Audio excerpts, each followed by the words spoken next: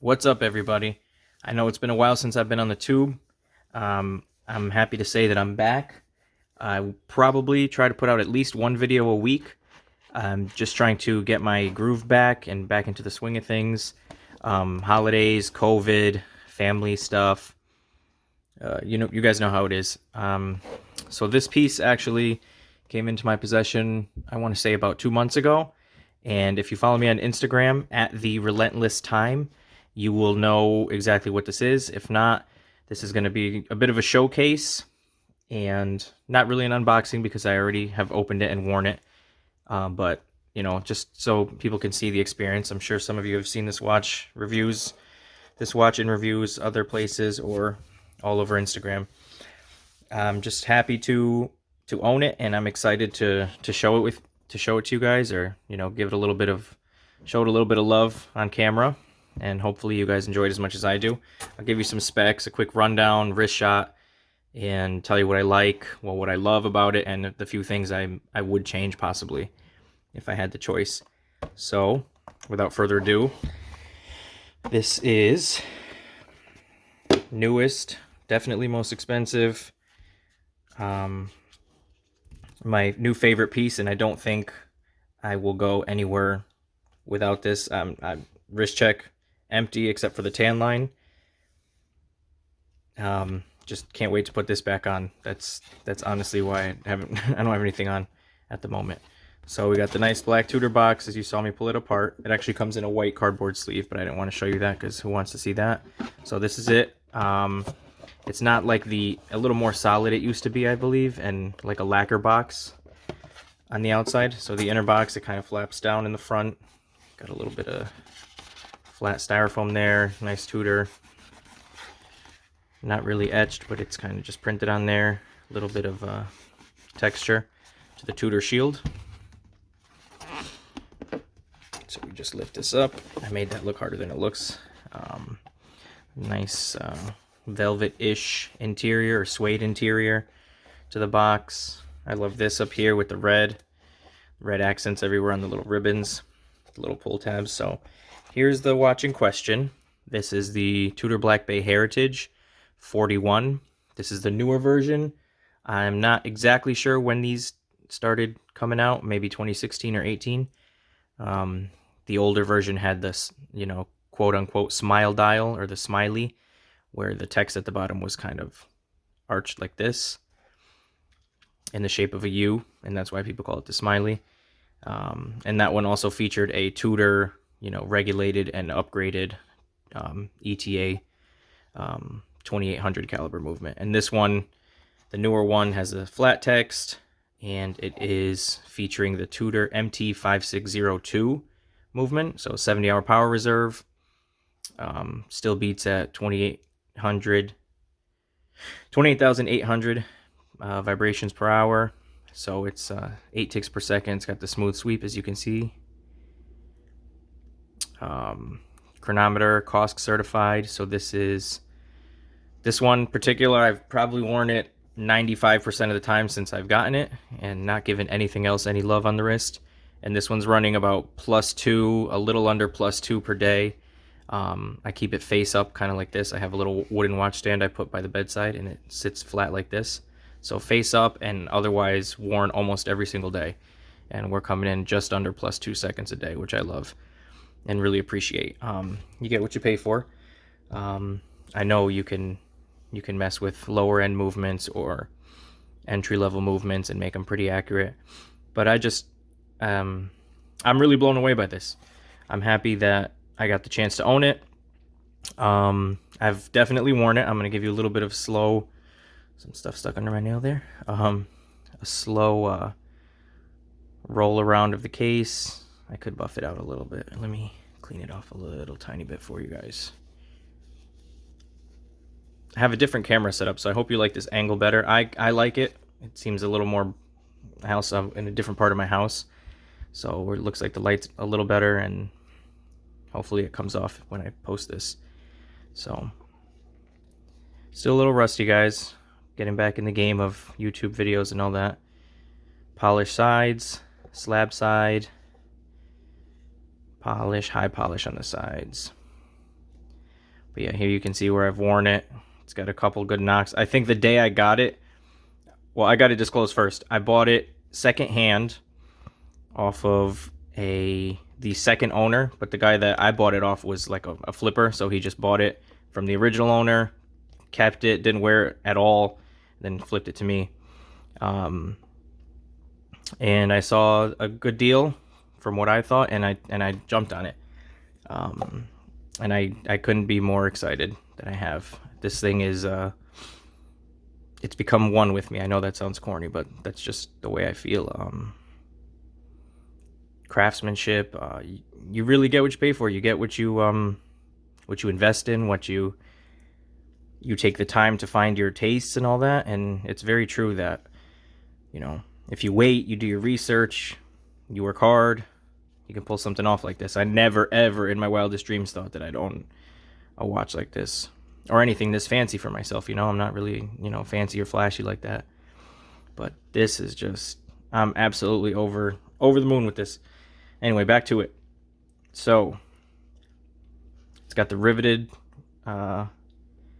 rivet style bracelet. These aren't real rivets, they're just kind of like add-ons to otherwise an oyster style bracelet. But I think a lot of people don't like them. I like them because 95 all the watches I see out in public, you got either a Jubilee or you got an oyster bracelet. That's it. That's all I see. Very far and few between. You see like an engineer bracelet. You see people rocking, you know, exotic ones and razor wire and all that stuff, which I love the look of them. But for me, oyster bracelets are comfortable. But then again, I've owned every dive watch, every tool watch is oyster, engineer, thick and heavy. This, I think, makes it a little more timeless or vintage, a little classy. If you're seeing it from the side, it's like, you know, you see the little nubs. I don't know what else to call them. The little rivets. And it's cool. It just breaks up the usual oyster style links and all that. Very cool. A little bit of polishing right on this edge. I don't know if you can get that, if I'm getting that on camera. A little bit of polishing on the edge, but otherwise brushed bracelet all the way down. Beautiful clasp. See, I've been wearing it to work. I've been wearing it to coaching. I've worn it, you know, on dinner dates with the wife, everywhere, just about everywhere. In the house, I take this thing everywhere. It's I'm gonna have to let a few pieces go just because this has really taken up all my wrist time, and I'm not mad about it at all. So this is the clasp. As you can see a little bit up close. Domed crystal. It's boxed, and then it's got a tiny bit of a dome. It's not completely flat. You can see it comes to like a bit of a peak at the top. Sapphire, of course. It's got AR coating. It's very well done crystal, in my opinion, because in direct sunlight, this watch is very legible. So I see in the camera the bezel's coming off a bit very reddish, like similar to that kind of red back there. But it's actually more aluminum. Well, it is aluminum, but it's more burgundy. That's what I meant to say. Maybe if I kind of close this curtain, it won't be so bright in here, and you can see. But it's burgundy. It's like a very deep wine reddish, not flashy red like a Pepsi or anything like that.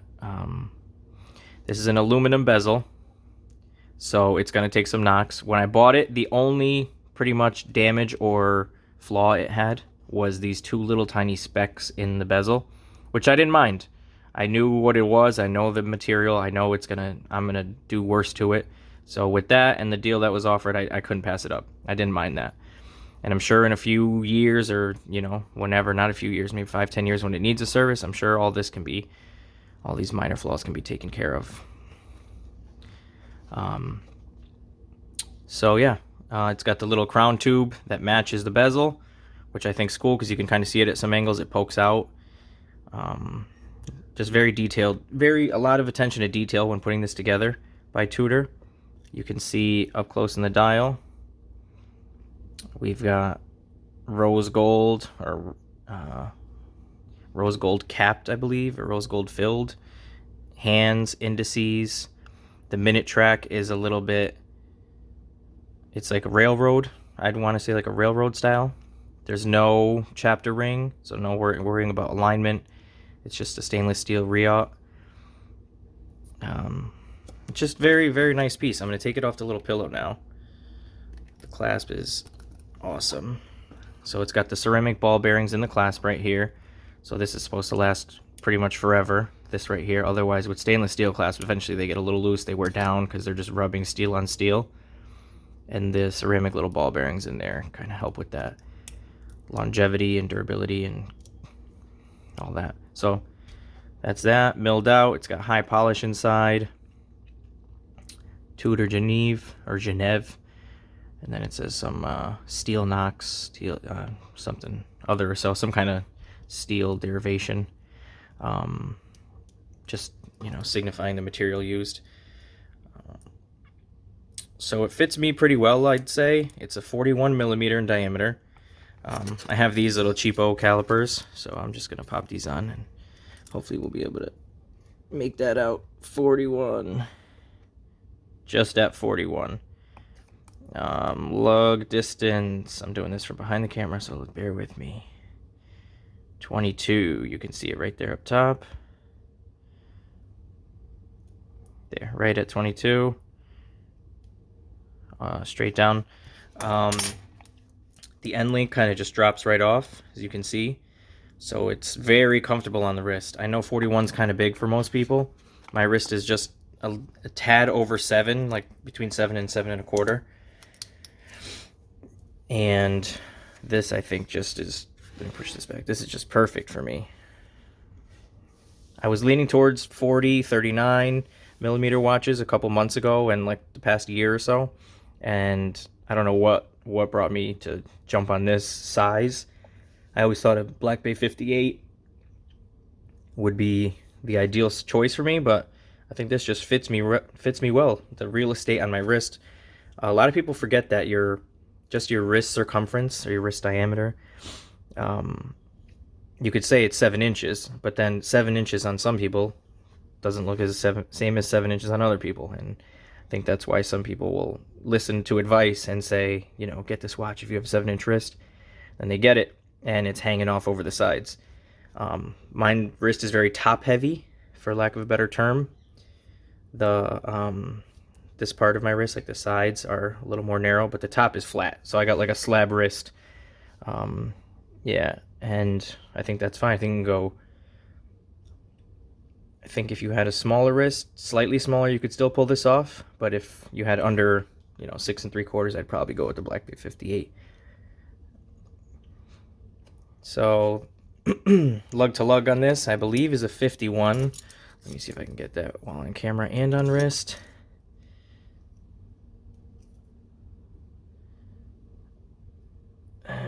Just the tip to tip, and I don't know, there we go. A little over 50. Almost 51. And then the thickness, I'll take it off and get that after. You know what? Let's see.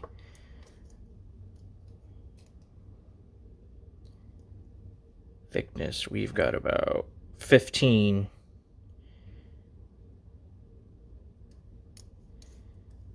No. Excuse me for one moment. There we go. Let's do this officially, so I don't get a lot of hatred. There we go. 15. Bang, right on top. Hope you guys can see that. So yeah, that was the wrist showcase. A little bit of a roll I'll give you. I usually wear it right here. My little wrist bone is right here, and I like my watches, well, bigger watches up right above it, so I wear them a little tighter. It's definitely not uncomfortable. I can flex. You can see it's not like digging or anything. The crown gives me room back here, the way I have it set up. It's just comfortable. I forget it's there, honestly. I forget it's there in terms of comfort, but like being aware that I'm wearing something this nice. I mean, I'm always looking down at it. I catch myself looking at it at work, at red lights. I'm sure we all do that. This is just handsome. It's versatile. I thought it would be less versatile because of red. I don't even love the color red that much. But I knew if I got the black one, I would be sort of upset with myself because a lot of people have it, and I've seen that one out in public twice already. There's a doctor at my job at the hospital that has a 58, a BB 58, and it's the black bezel. And I admired it for a long time, and that's the one I thought I'd go for. But once I saw the red on wrist and in person, it's not really bright red. I would call it the Black Bay Burgundy, Black Bay wine, Black Bay off red, anything. But this is the newest purchase. This is the biggest purchase. My favorite watch by far.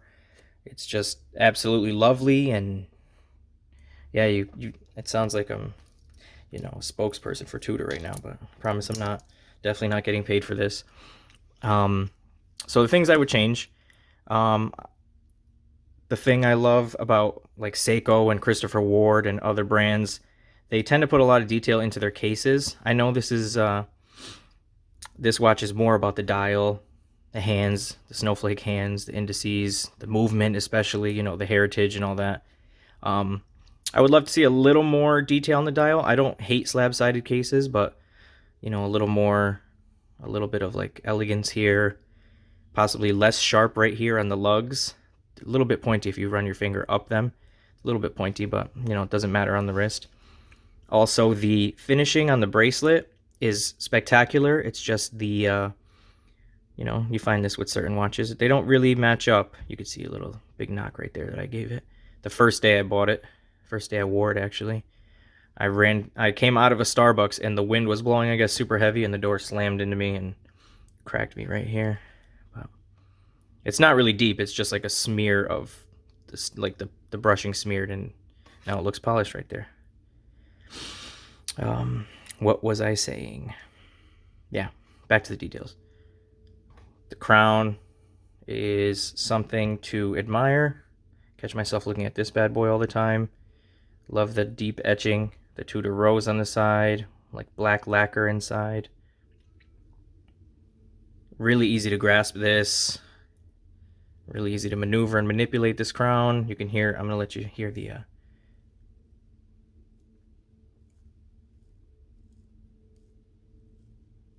not even sure if you could hear that, but it's very smooth. Just take my word for it. It's what exactly we'd expect for a watch of this caliber. Let's hear some bezel action. Snappy, but not too snappy. Definitely solid. That's all I can say. It's just very solid. There's no backplay anywhere. It lines up perfect. The bezel's easy to grasp. I'm just really, in awe.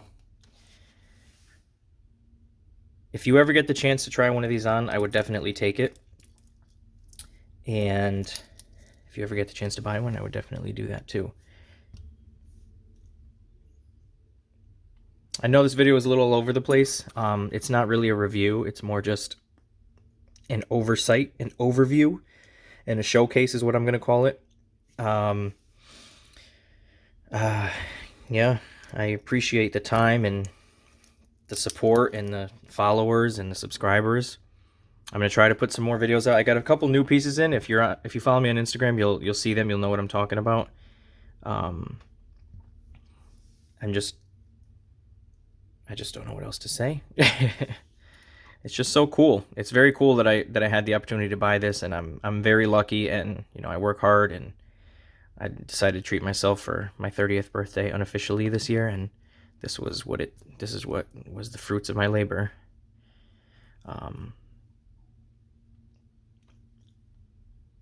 Best deal, I'd say, under $5,000. Absolutely best watch you can grab. Used, pre-owned, gray market, if you're into that, I would definitely recommend it. If you're not against, a little bit of previous loving. But this thing also looks killer on some leather straps. If you follow me on Instagram, I keep saying that, you'll see a lot more of this. It's definitely more versatile than it looks, or than it comes off as being red. I've only worn it in the fall and winter so far. Well, not winter yet, but the fall, end of summer, fall, early winter, I guess. I'm excited to see how this does in the spring and summer. I could see myself wearing this to the beach. I'm being very honest. I love to wear blue. I love to wear, big buff turtle divers like Seiko turtles and stuff like that, and those are usually my beach watches, but this is going to get a chance, and we'll see. But so far I haven't taken it off the wrist. It's just very it's stuck, and I don't know what else to say. I don't know if I mentioned it's a 22-inch bracelet, slightly tapers down to about 20. Let's see what we're at the last link, maybe 18. Yeah, still at 20. No, 18. 18, and then the clasp is 20. So 22 down to 18, back up to 20 here.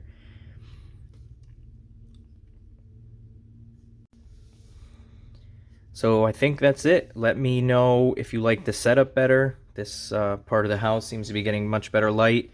I like this desk. I'm not using the little end table in my room. I got a little adjustment, a little knob thing for my camera so I can move my camera around. And that's it. I'm going to close out with a wrist shot and a little bit of loom action at the end. And you guys let me know in the comments how I can make my videos shorter. I appreciate the comments, the support, subscription, following on anything, even if you just stop in and give me a like, whatever. This is it's been real, it's been fun, and I hope to see a little bit of community down below in the comments. Thank you guys. See you in the next one.